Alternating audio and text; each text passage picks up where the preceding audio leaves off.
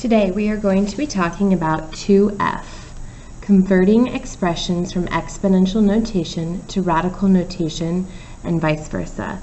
Mine is going to start on page 21. Please pick up one of these small sheets in the front of the classroom before you begin. Rational exponents are expressions that contain fractional exponents.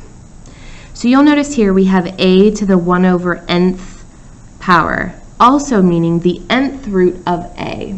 If I want to change this to radical form, I take the denominator of the fraction and it becomes the index of my radical form.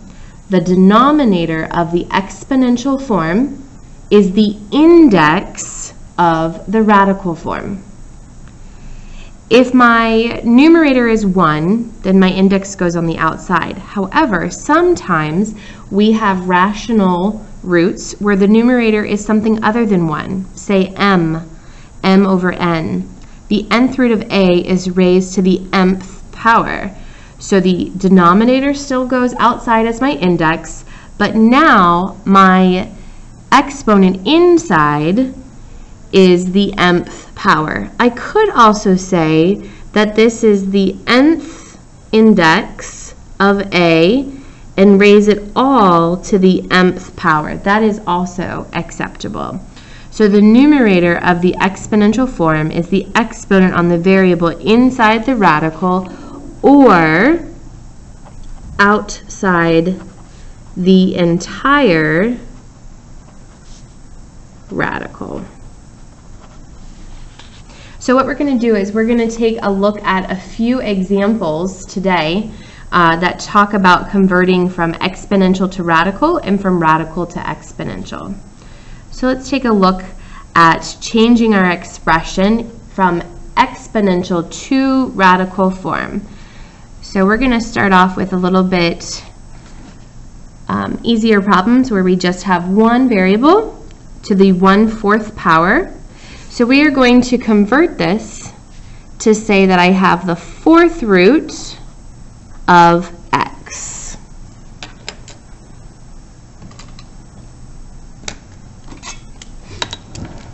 So I have the 4th root of x. My next problem has an entire expression, not just a variable. So 15n is all going to be put underneath the radical. And since my index is going to be a 2, I don't need to put that 2 there because it's implied with the radical form. My next two examples, I have 7 to the 2/3 power.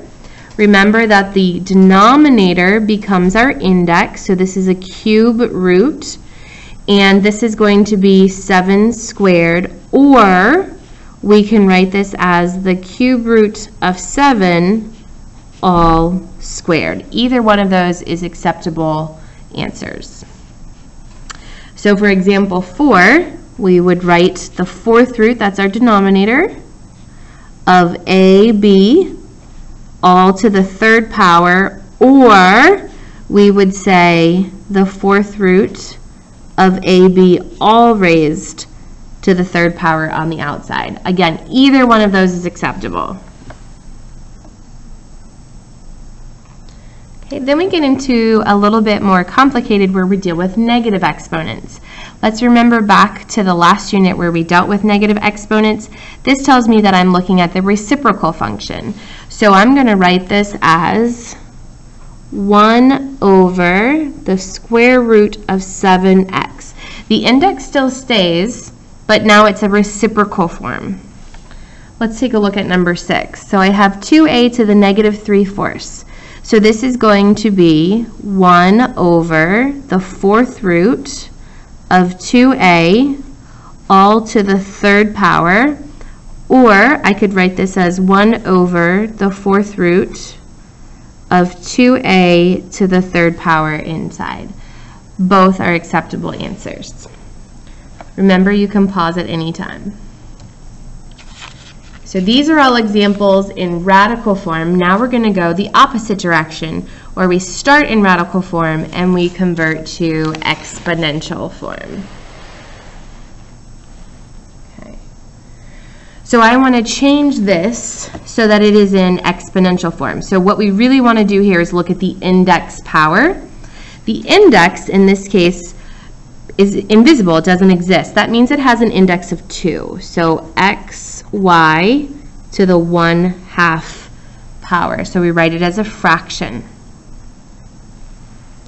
We come over here to example 2. Our index is 4, so that means I have 8w to the 1/4 power. Again, remember that your exponent should be smaller than your base numbers. So we know that they're in exponential form. Okay, our next two examples. This has a cube as my index, but notice that I have a square inside. So that means I'm going to have 11 to the 2/3 power. The index is my denominator, and the 2 stays as my numerator. Here I have -2 as my radicand, my index is 4, and I have an exponent of 7. So this is my denominator and this is my numerator. So -2a is inside the parentheses, 4 is my denominator because it's my index, and the 7 is my numerator. And last but not least, of course we're going to take a look at a couple of negatives. That means that they are in fraction form. So it looks like a fraction. We are going to write this as a to the -1/3. The exponent becomes a negative because it's written in fraction form with the radical. The 6n is in parentheses. That's my radicand. Now there's no index here, so we assume it's a 2. And because it was in fraction form, it's a -1/2. So again, we went through writing expressions in exponential form, remembering that your index is your denominator. We will have more practice in class.